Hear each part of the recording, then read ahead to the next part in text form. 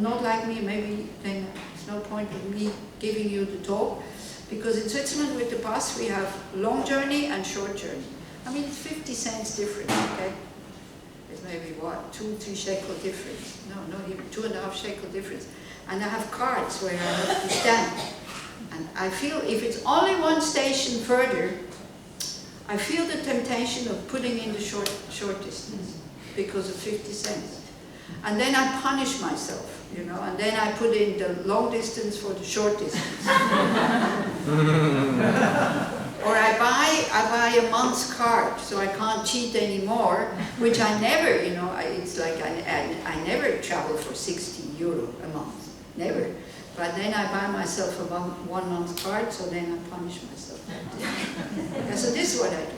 How many of you, if you have forgotten to get a ticket, would get a ticket at the end of your journey, when you get out of the bus? If you would have to buy the tickets outside. All of you? Very good. Would you still pay for your journey?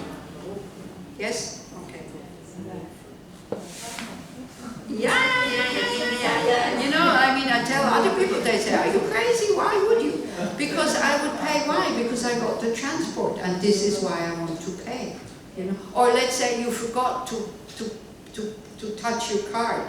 Next time you go on the bus, would you touch 2 times? It doesn't work because here it's anyway. It's like, you know, I had 2 free bus rides because my card is expired in Tel Aviv. So then I went to extend it, and because the drivers, it just went like red and went like, so he said, just go in. So then the third rider thought, hey, I need to know what's going on. So I asked him, do you speak English? So that's the way for them to answer. And then he said, of course. So then of course they had to answer. So then I said, what's wrong with the card? He said, oh, it's expired. He put it in. I said, expired. So I went to the office. And then I told this guy there, I said, I had 2 free bus rides. Could you please deduct it now from the card? He went like, huh? And then he said, no, you had to come here and we had to extend it, so it's fine. So now it's not stealing because he said it's okay, okay? But otherwise he would have to kind of quickly go on the bus, touch it, and then go back out again. Because there's no option for him to deduct it for you. Because it's really strange in Israel that someone comes and asks to deduct it. So he can't do it. Anyway, so he also thought it was very strange. So anyway, so this is what I mean. This is where you start. This is where you start. Small things you forgot to pay, even if it's a small amount, you go back and you pay it. Yeah, like that. Or at least you try to pay it, like me. And then they say, no, it's okay. Then okay, it's okay. What can you do? And then if you want, you can give the money to a beggar, for example. Yeah, you put it in another channel. Yeah, like that. And not, especially not, I had 2 free bus rides. But I think changing depends on how old are you. And things change. You know, here we talk about me. We're not talking about what other people do. But what I'm thinking now, it's not the same like what I was thinking when I was 40 years old. Yeah. But now you're here. We're talking about the present, and we talk about I. Each one of you, what do I do with this? Not what others do. This is none of our concern. Okay, so then it's easier to practice ethical discipline. When you practice ethical discipline, you become non-violent. When you become non-violent, your life changes, because people also, you know, if you're very kind to your neighbors, they might be very unkind at the beginning, but slowly they also change.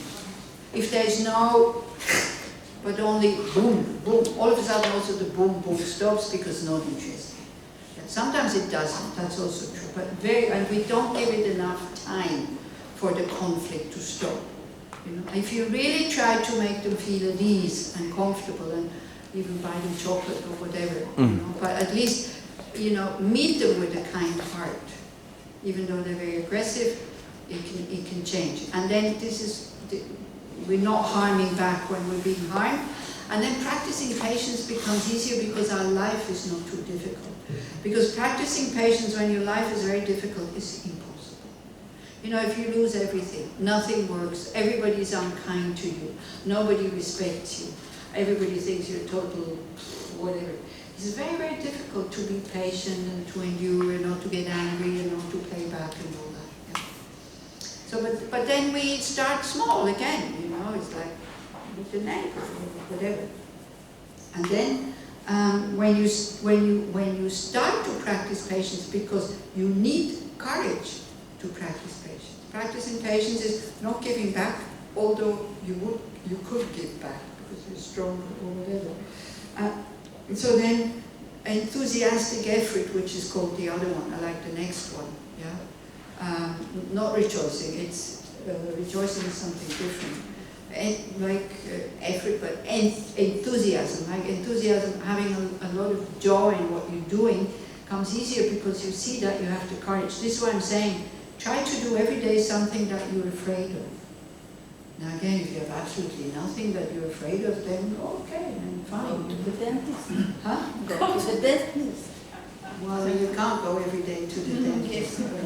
Yeah, for example, when you feel that something is wrong in your body and you need to make an appointment, see the fear that you don't want to go, you know, or whatever, you know. This is good for shy people, because shy people, like, I'm very shy.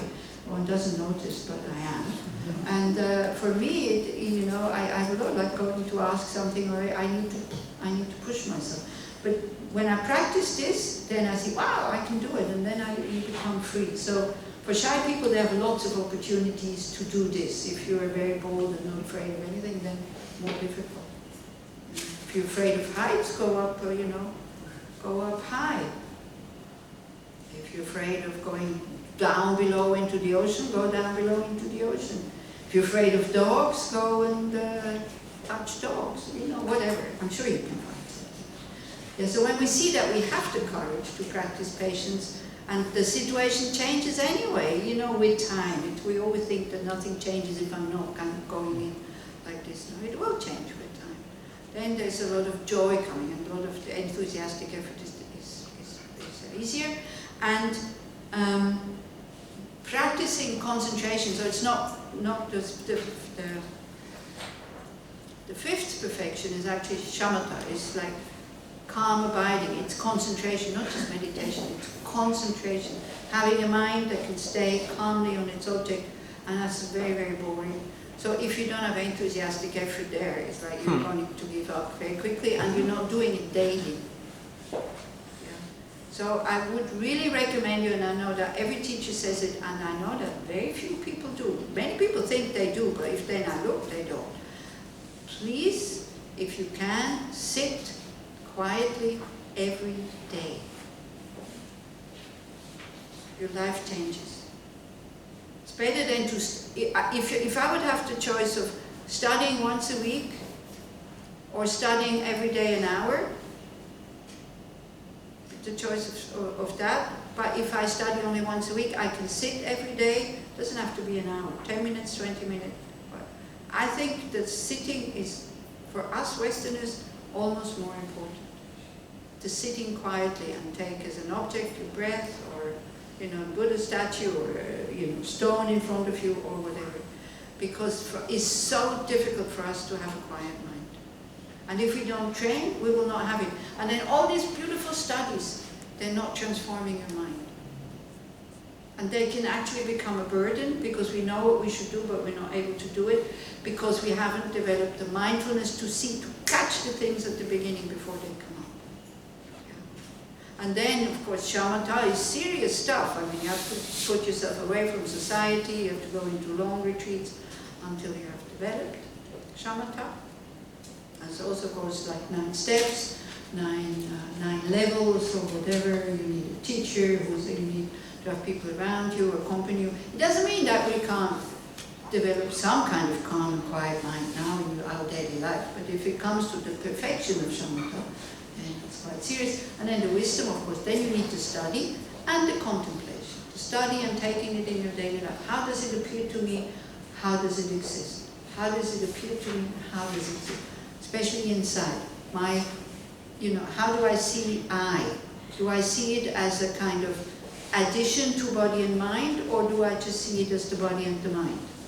Like sometimes, I don't know if you give them the higher school, like the Prasangika school, like nothing exists, or the lower schools, they say there is no separate dominant kind of super I somewhere, but your body and mind together, that's the I, let's say. If you say, I think it's the mind thinking, but this mind is also your I, is kind of the, the conventional, yeah, it's the conventional I. We talk about the 5 parameters that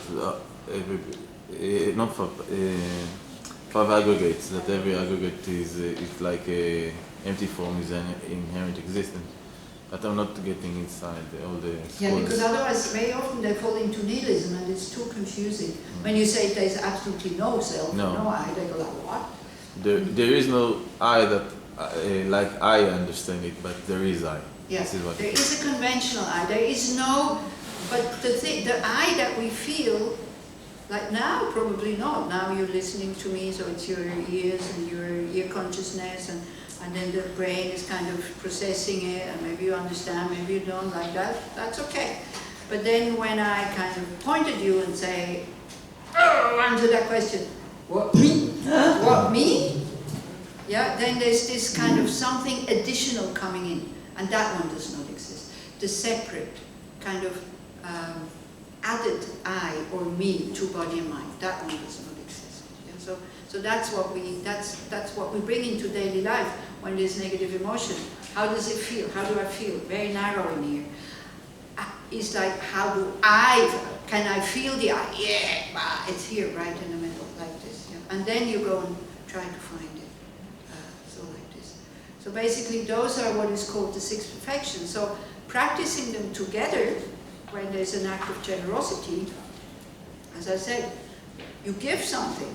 I mean, it's generosity is more the wish to give than to give, because even the Buddhas, they are not able to alleviate poverty, because if it's not in the karma of people to be rich, then they're not rich. So like this. But it's the wish to give freely that is being developed. But if it stays on the cushion, you give everything in your meditation and blah blah, and then comes out, and then you see the homeless person or a project that you could give money to, or share something with others, you never give, then even though you have a lot of contemplations about giving and you visualize giving, but it has to transform into action. So you give whatever you can, not too much. Yeah. So you also have to find out what can I give that it makes me happy. So if it's too little, it doesn't make you happy, then you become indifferent. If it's too much, it also doesn't make you happy. So you need to calculate. I remember when I first came to Israel and we said we're doing everything on donation basis. People say, you're crazy, it's never going to work. So I said, with Boaz together. Yeah. So I said, look, let's try. And if not enough money comes in, I can pay for my plane ticket. I was then living in India. It's okay. We can see that we can cover the cost. We can do that together. I'm sure I can help you. And it works. Since these, 20 years almost I'm coming, it works. And, the Dharma friends also, they're so courageous that they, even when it's residential courses, the dana is even for the sleeping and the eating. And it works. It really works. So, but you need a lot of courage to do that, and there's not many groups who have the courage. They kind of charge for sleeping and eating, and then for the teacher it's the books or for the course. So it's great. It's really really beautiful. I think that one has this ability to make the Dharma available for everybody, whether you have money or not. But why does it work? Why does it work? Really honest. Because people said it's not going to work because they will give as little as possible and we will never be able to cover the costs, and they will be very happy that they don't have to pay.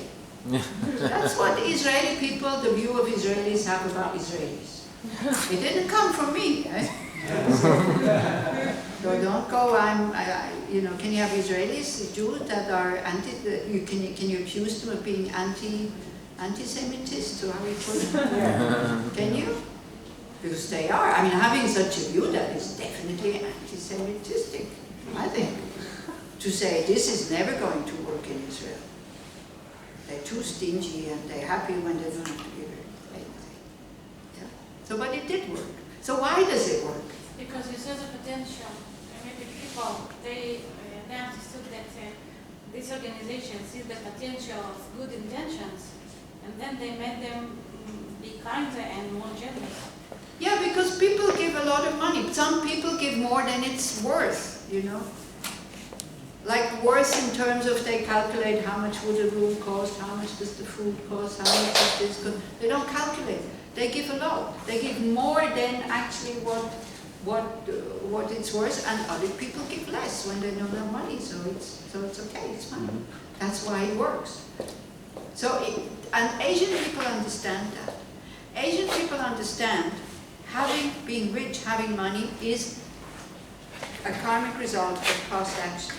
So if I'm rich now, I need to continue to give, because otherwise next time round or in another life I'm poor. So they understand. So then there's the joy of giving in terms of I can give something. So then they give very happily. Yeah? Also maybe not so pure intention, but still. Huh? Is that Western people don't really think like that? Yeah. Most of my friends, Yeah, that's what they I don't mean. know what I'm So the talking view about. about Israelis is not so terribly wrong, is it? It's like, you know, why would you give something if you don't have to give anything? It's like that. But the Buddhist view is, yeah, give as much as you can. So you learn. It's a training, and you learn, and all of a sudden you start to discover, hey, it's actually quite nice. It's very joyful. Okay, so then it has to be ethical conduct. Robin Hood does not work. Okay, you're not going to rob a bank and then give it to others and feel very good. Yeah? You give whatever you earn ethically. You give without wanting anything back, so that's patience, you know. Even if nothing comes back now and you lose everything, you still continue to give because you understand, because all of you, probably most of you, all those students, you studied karma. You know, whatever happens now is probably karma from another life, not from this life. So if I'm generous now and I still keep losing everything, or people start stealing and everything, it's because I still have residues of negative karma from stealing from past lives. If I continue to give, not too much, I mean, you need to survive. If I continue to give, then now I can finish that karma. So then one starts to understand that. So there's patience. Then enthusiastic effort is like whenever somebody else comes, you have something to give, you give. Concentration. You check. You wouldn't give a terrorist a gun, for example, or somebody who is totally out of it, very violent, and he says, well, I need a knife, and you would not give a knife to that person, okay? Also, you would not offer your body to a Buddhist monk, because they have a vow of celibacy. I mean, offer your body for sex. You know, think, oh, poor thing, I haven't had sex for a long time. That would be the wrong object, okay? So there's wrong object, there's wrong time, there's especially wrong object. So you think before you give, yeah? So like this. So that's concentration, and then and the wisdom. Like you're mindful of what you're giving, you give it mindfully, then the wisdom. The wisdom would be I, the one who is giving, what I give, and the one who is receiving it. All of us three are empty of inherent existence. We're all just dependent arising. So the receiver is, in order to be a receiver, is dependent on the giver. The giver, in order to be a giver, is depending on the receiver. The gift is depending on somebody receiving and somebody giving. So if one is missing, then there is no act of giving. So like this. So the emptiness of that. There is no real giving. There's no real I who is giving.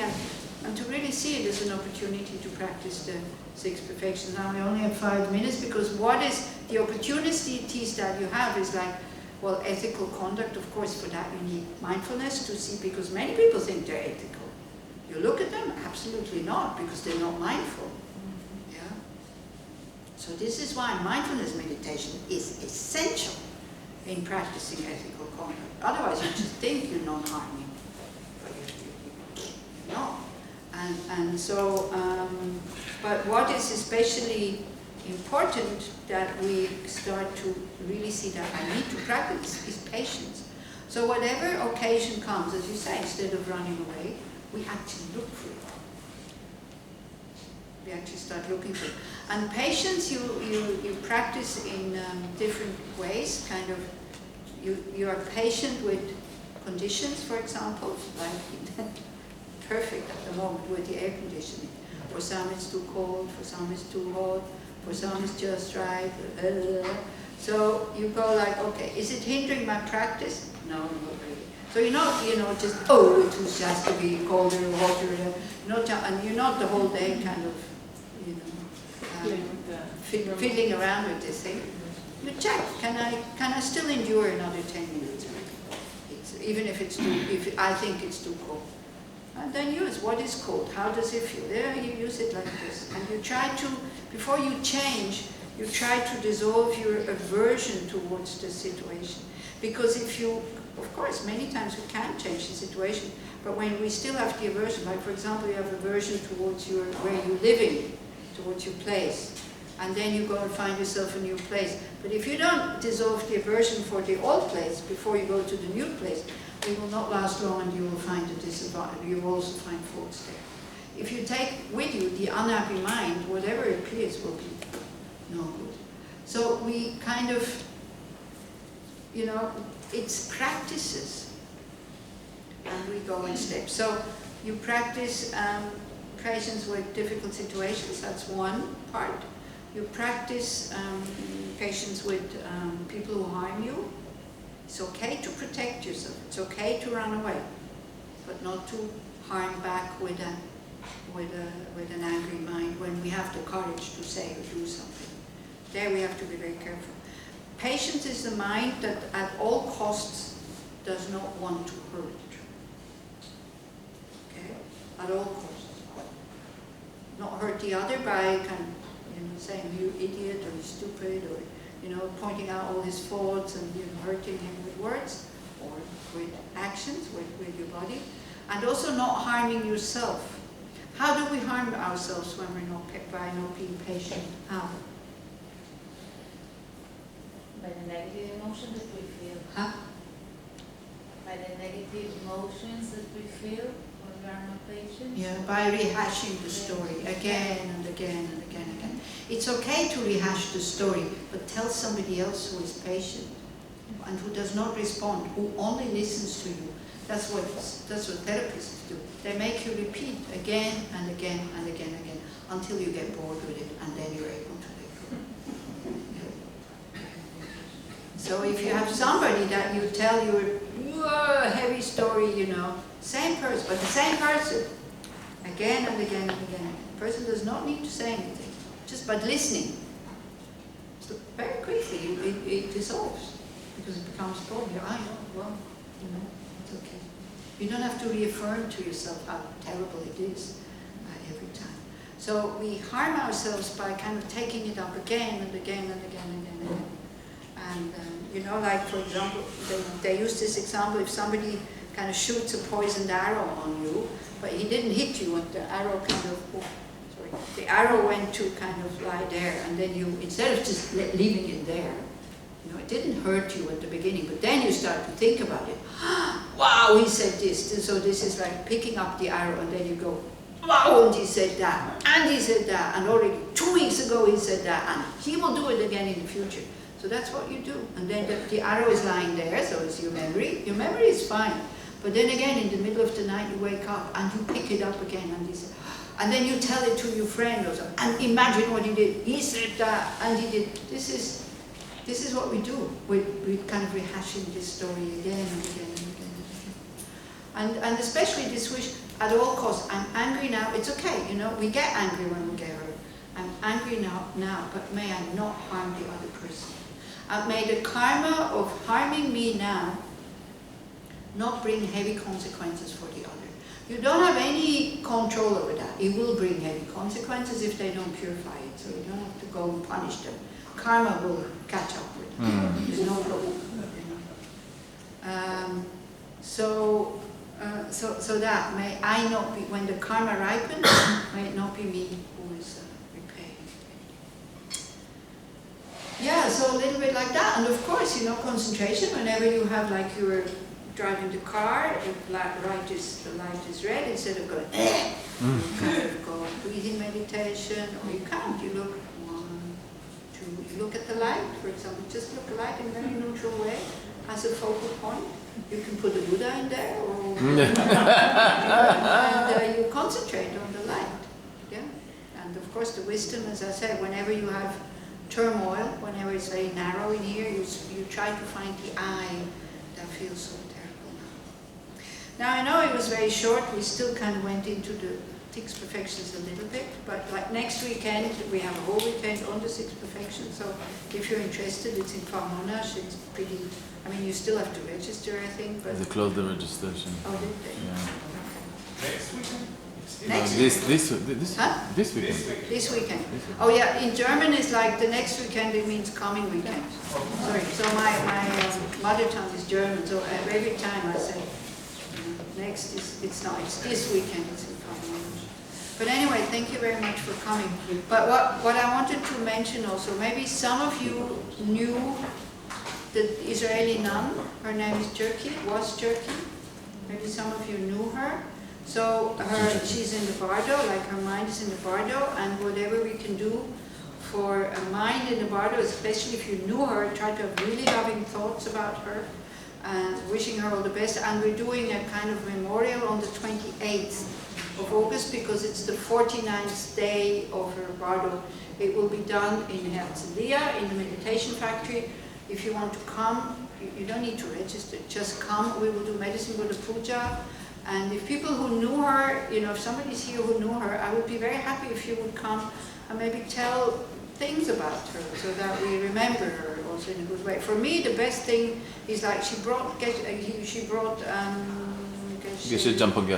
Champagyatso to Israel, and she was very determined. I mean, she had a very difficult life, a very difficult body, difficult mind also, which made it also sometimes difficult for the people around her. And but she had this incredible determination to do things. She was a great painter and all this. And for me, as I'm saying, the best thing, she brought Geshe Champagyatso to Israel, which was a great gift for, at that time, also for the Israelis, the way he was and he is. So if you would like to come, definitely. Now, you know, we will dedicate all, because she was in that area, she was in Rehovot. So we dedicate all the positive energy that we have generated by sitting here together peacefully, and you listening, me blah blah blah, me talking. But anyway, whatever good comes from that, may the good go to the mind of Venerable Turkey, who is in the bardo, so that she'll be guided by her own innate Buddha nature and attains liberation. You can attain liberation in the bardo, or at least precious human rebirth, where she has still her intelligent but less complicated life, a better body, and can continue with the path. Can we please do that? May she attain either precious human rebirth, better liberation, and or even full awakening by recognizing the nature of her mind in the body. Okay, thank you very much. אל תקומו, בבקשה.